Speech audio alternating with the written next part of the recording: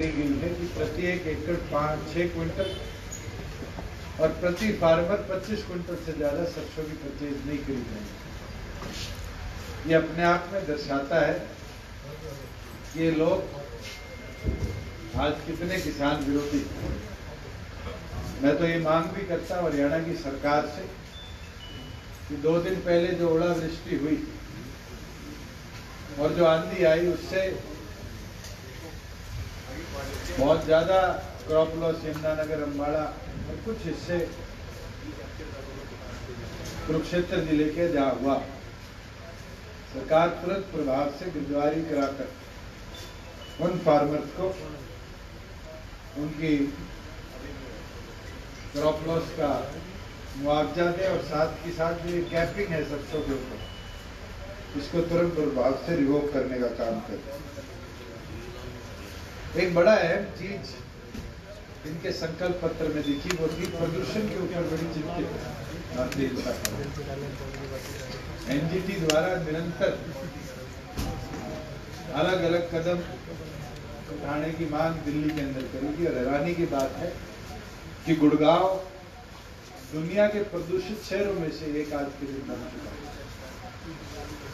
Bharatiya Janata party ये बताए 5 साल में प्रदूषण को रोकने के लिए क्या कदम उठाएगी, क्योंकि पिछले 5 साल के अंदर अगर बात करें तो गुड़गांव के हालात बद से बदहाल करने में सबसे बड़ा योगदान रहा तो इनकी सरकार का।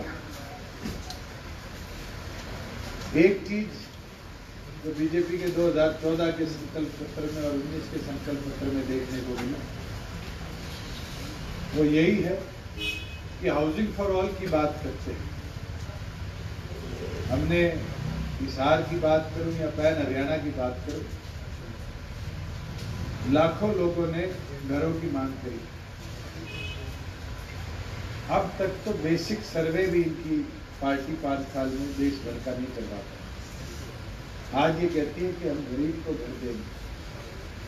5 साल के अंदर गरीब को घर देने के लिए बीजेपी ने क्या कदम उठाए, उसका जरूर वितरण करने का काम करें, क्योंकि ये सबसे अहम चीज है कि जो 5 साल पहले योजना बनाएगी वो बनाएगी 2011 के सर्वे के ऊपर, और 2011 के सर्वे के प्रति जो पुरानी योजनाएं थी उसमें तो लोगों को पहली किस्त दूसरी किस्त भी मिली, और जब से बीजेपी की सरकार आई एक भी ऐसा व्यक्ति नहीं है जिसको पहली किस्त के पैसे भी देने में सरकार सफल रही। आज जहां प्रदेश के हालात की बात, 5 साल के अंदर ऐसा कोई वर्ग नहीं है जो भारतीय जनता पार्टी की सरकार से शोषित ना रहा। 5 साल के दौरान इतनी बड़ी बड़ी बातें प्रधानमंत्री ने करी, चाहे 1 रैंक 1 पेंशन की हो, आज फौजी उससे नाखुश हो, या युवा रोजगार की हो। ये आंकड़े बताते हैं कि हरियाणा में 4 साल में 37,000 नौकरी दी और अब तक लगभग 23 से 25,000 के बीच में एम्प्लॉयज रिटायर। जिसके ऊपर मैं मांग करता हूं कि हरियाणा सरकार ये बताने का काम करे कि 5 साल में रोजगार के क्या नए साधन उपलब्ध इस सरकार ने कराए।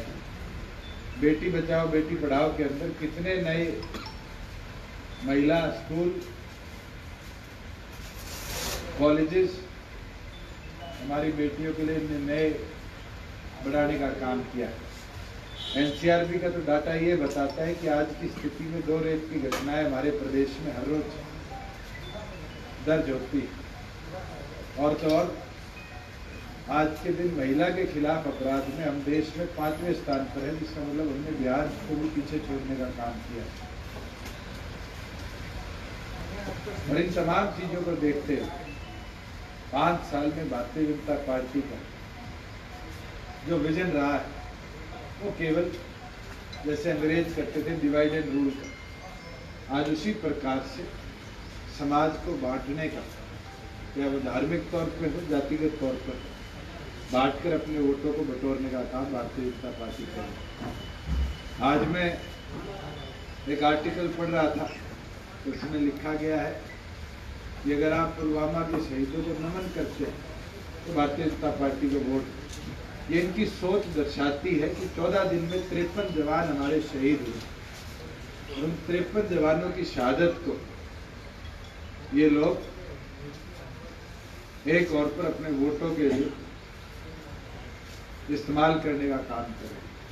तो मैंने इलेक्शन कमीशन को पत्र लिखा था, उसके बाद तो क्लियर कट गाइडेंस आई थी कि किसी प्रकार से भी पैरामिलिट्री और मिलिट्री किसी भी मूवमेंट को कोई पॉलिटिकल पार्टी अपनी स्टेटमेंट में या अपने पोस्टर में यूटिलाइज करने से रिफ्रेन करे। उसके बावजूद भी इस तरह की स्टेटमेंट अगर प्रधानमंत्री द्वारा आती है, ये दर्शाता है कि आज हमारे शहीदों के ऊपर भी राजनीति करने का काम करें।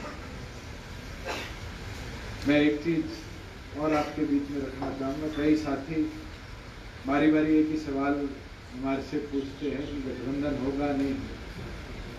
मैं आज आपको बता दूं, एक 3 सदस्यीय कमेटी थी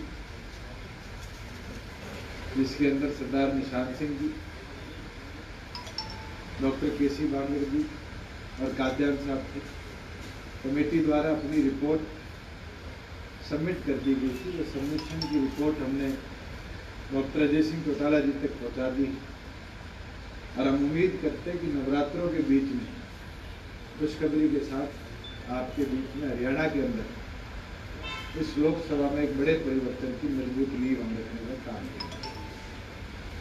जहाँ सीट शेयरिंग की बात आपसे निवेदन करूँगा कि इसके लिए आपको थोड़ा सा इंतज़ार करना पड़े। जैसे ही होगा एक ऑफिशियल स्टेटमेंट के साथ हम मैदान में आएंगे और मैदान में आकर चुनाव को मजबूती से। मैं एक आज हमारे बीच में हमारे बहुत ही मजबूत 15 साल तक हिसार के जिला अध्यक्ष रहे, इंडियन नेशनल लोकदल के किसान सेल के प्रदेश के अध्यक्ष रहे 2 टेन्योर, चौधरी पूर्ण सिंह दाबड़ा जी, पूर्व विधायक जो 2000 से 2005 तक हरियाणा विधानसभा के सदस्य भी रहे। वो अपने तमाम साथियों के साथ दलबीर पवार जी, राजमल काजल जी, शीशपाल जी, राम अवतार धारीवाल जी, बलराज सिंह जी, महेंद्र सिंह जी, प्रभु जी, रणधीर जी और अन्य नाम हैं। ये आज इंडियन नेशनल लोकदल छोड़कर जननायक जनता पार्टी में शामिल हो रहे हैं। हम व्यक्तिगत तौर पर इनका स्वागत करते हैं, इनका अभिनंदन करते हैं। इनके साथ राजेंद्र सिंह जी हैं, पूर्व सरपंच घरौंडा से, ये पंचायती राज प्रकोष्ठ करनाल भारतीय जनता पार्टी के अध्यक्ष रहे। इनको भी हम व्यक्तिगत तौर पर जननायक जनता पार्टी में शामिल करते हैं और यही उम्मीद करते हैं कि इसी प्रकार से आने वाले समय के अंदर संगठन मजबूती से आगे बढ़ने का काम करेगा। अभी तो शुरुआत है, इलेक्शन आपके बीच में है। मजबूती के साथ आगामी लोकसभा के अंदर पूरे हरियाणा प्रदेश के अंदर किसी प्रकार से अन्य लोग हमारे साथ शामिल हों, इसी प्रयास के साथ कि प्रदेश के अंदर एक मजबूत परिवर्तन हम मिलकर लाने का काम है। कमेटी ने आपको भी बताया होगा कि इसके साथ गठबंधन और क्या चीजें निकल कर आई है, कमेटी को क्या है? बिल्कुल है, तो इसीलिए आपसे अनुरोध कर रहा हूँ कि 2 दिन का इंतजार करिए। ऑफिशियल प्रेस कॉन्फ्रेंस करके तथ्यों के साथ, सीट शेयरिंग के साथ और कहाँ से कौन उतरेगा उसके साथ हम पार्टी कौन सी रहेगी, आपकी सहयोगी पार्टी कौन सी होगी? आपको एक मजबूत दल देगी। महागठबंधन नहीं होगा सर? कांग्रेस का जो महागठबंधन की बात मैंने पहले भी बड़ा क्लियर कर दिया कि कांग्रेस पार्टी को चौधरी देवीलाल जी ने 1971 में छोड़ने का काम किया और 1971 से लेकर आज तक हमने उनके विरुद्ध लड़ाई लड़ी और यही उम्मीद के साथ हम आगे बढ़ रहे हैं कि प्रदेश से जहाँ भारतीय जनता पार्टी को सत्ता से दूर रखे, वहाँ जिन लोगों से हमेशा लड़ते रहे उनसे हम लड़ाई को और मजबूती से लड़ें। आम आदमी पार्टी कैंडिडेट के आवाज तो आपको बोल रहा हूँ कमेटी की एक रिपोर्ट है।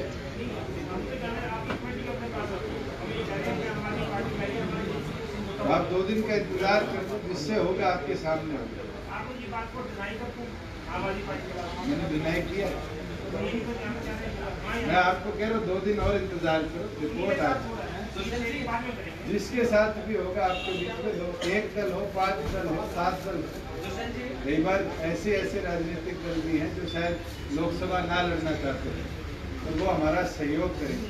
हम इसी प्रयास के साथ आगे बढ़ेंगे कि अधिकतम ऐसे लोगों को लेकर जाए जो आज ये राष्ट्रवादी जो बात करते हैं, जो इस देश को धीरे धीरे खोखला कर रहे हैं, हमारे संविधान को कमजोर कर रहे हैं, उनके विरुद्ध मिलकर लड़ेंगे। सर आप चुनाव लड़ेंगे नहीं लड़ेंगे? मेरी प्राथमिकता रहेगी कि मैं इस बार लोकसभा से चुनाव लड़ूं और संगठन का निर्णय होगा। संगठन अगर मेरा रोल और कुछ चाहता है तो फिर तमाम साथी विचार करके उसको मिलेगा। आम आदमी पार्टी कंटिन्यू ये कह रही थी कि कांग्रेस, जेजेपी और आम आदमी पार्टी मिल जाए। आपसे बात करके ही ये सारी बात उन्होंने ऑफर किया, बिना बात अगर डे 1 से मैं कह रहा हूँ कि 1971 से चौधरी देवीलाल जी ने कांग्रेस के विरुद्ध लड़ाई लड़ी, तो क्या इस स्टेटमेंट को आप समझें? आपकी स्टेटमेंट को गंभीरता से लेते हैं, पर आम आदमी पार्टी केजरीवाल की स्टेटमेंट को गंभीरता से आपसे बात उनके विचार हो सकते हैं, उनके प्रयास हो सकते हैं, क्योंकि उनका दिल्ली का अपना अलग सोच है। अगर उस परिस्थिति को देखें, हरियाणा प्रदेश में जो बातें थी उसको हमने प्रॉपरली क्लियरली आपके आगे निरंतर रखा, और स्वयं अकेले मैंने नहीं, चाहे वो पार्टी के प्रधान महासचिव हो, दिग्विजय सिंह हो, सरदार निशांत सिंह जी प्रदेश अध्यक्ष, सबने आपके बीच में क्लियरली रखने रखा। यदि आम आदमी पार्टी का कांग्रेस से समझौता होता है तो क्या आपकी पार्टी हरियाणा में आम आदमी पार्टी से गठबंधन करेगी? हरियाणा प्रदेश में होता है तो बिल्कुल। तो आम आदमी पार्टी के साथ इनिशियली आपकी सहमति हो चुकी है? एक दल नहीं है, अनेकों दल हैं, और सबसे अलग अलग तरह की चर्चा करके निष्कर्ष निकला है।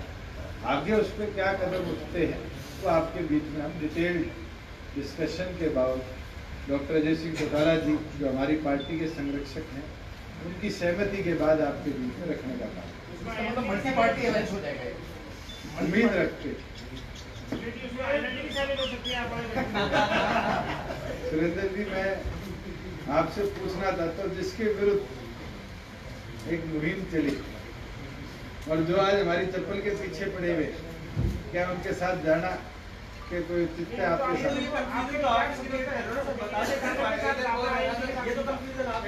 2 दिन का इंतजार कर लो, ना कंफ्यूजन रहेगी, तथ्य और रिपोर्ट सारी आपके सामने।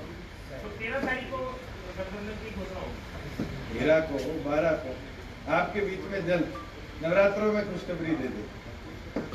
अच्छा सर, आपकी पूरी फैमिली, आपकी मदर और भाई अपने हिसाब से चल पाई, तो तीनों लड़ेंगे आप? 3 सीट सारा परिवार लड़ लेगा तो प्रदेश कौन संभालेगा?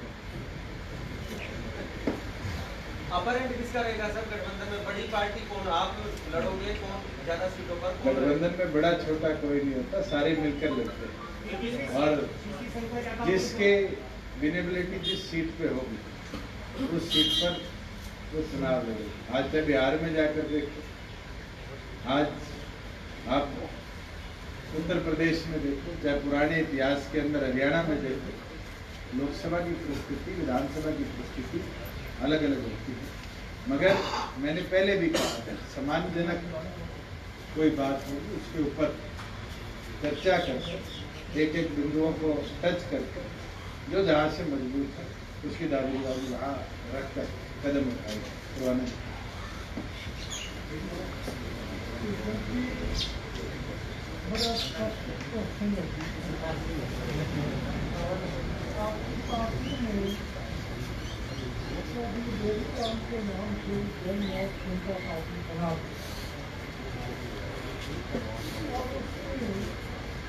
आपका 4 अन्य लोग उसमें शामिल होते हैं। किसानों को लोग से रखा है, आपको क्यों न इसका दिखाई कर दिया जाए, आप स्पष्टी कर दीजिए, वजह बयान कीजिए। क्वेश्चन मेरा ये कि वो आपकी पार्टी में शामिल हो चुके हैं, इखलाक का तकाजा है कि वो एलानों से रिजाइन कर गए और तब आपकी पार्टी में शामिल हो, वो रिजाइन क्यों नहीं कर रहे हैं आप? मैं आपको बड़ा स्पेसिफिकली क्लियर कर दूँ परवाना जी, लास्ट टाइम भी जब प्रेस क्लब में प्रेस कॉन्फ्रेंस थी तभी आपने यही सवाल पूछा था।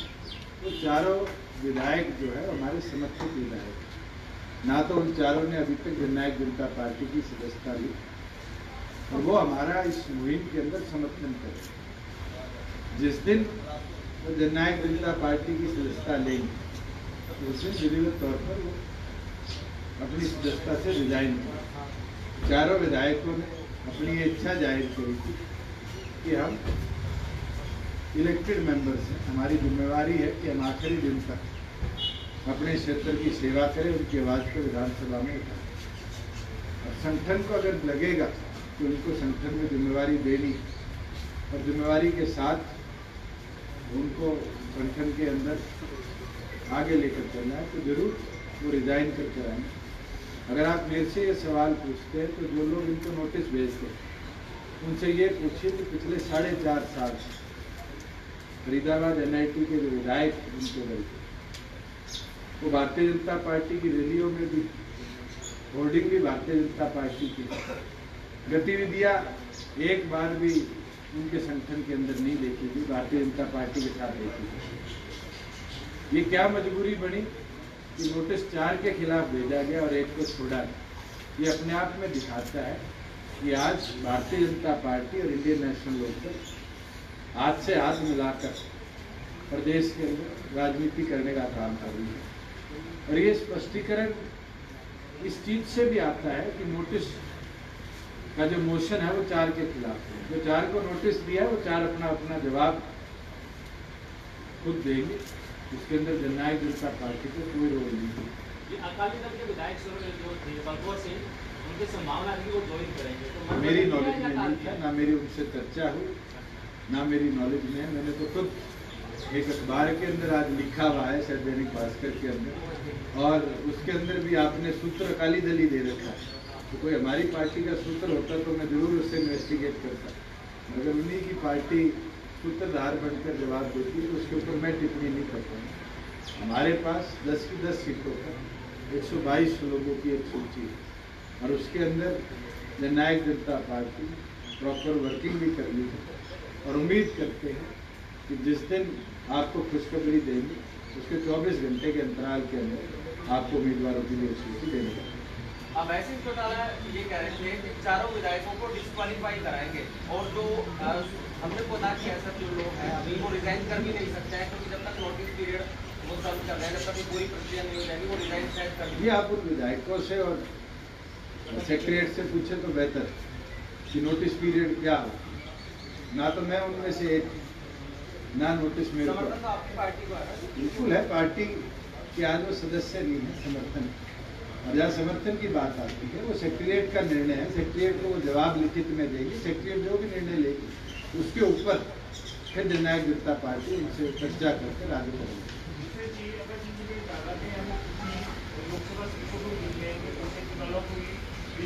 मेरी चिट्ठी तो मेरे पास 11 नवंबर को आ गई थी, 2 नवंबर को जब मेरी पार्टी की प्राथमिक सदस्यता छीन गई। उसके बाद लिखो तो मेरी सदस्यता भी जब लोकसभा की थी, जिस दिन 17वीं लोकसभा का मॉडल कोड ऑफ कंडक्ट लग गया, उसके बाद तो मैं सिर्फ एक्टिंग मेंबर ऑफ पार्लियामेंट हो सकता हूँ।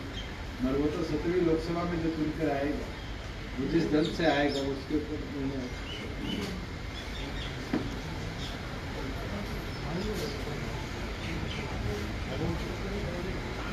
दोबारा मैं एक बार कर दूं। सेलवाल जी अखबार लाए हैं, ये आपके यमुनानगर, अम्बाड़ा और कुरुक्षेत्र का कई हिस्सा है जहाँ ओलावृष्टि से, और पंचकुला का जहाँ ओलावृष्टि और तूफान से बहुत ज़्यादा क्रॉप लॉस हुआ है।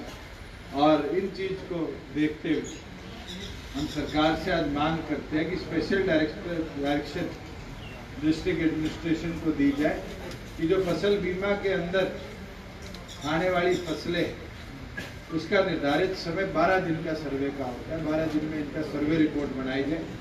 और जिन जिन किसानों के पास आज फसल बीमा नहीं थी उनके लिए सरकार तुरंत प्रभाव से स्पेशल कमेटी बनाकर उनको भी मुआवजा देने का काम किया।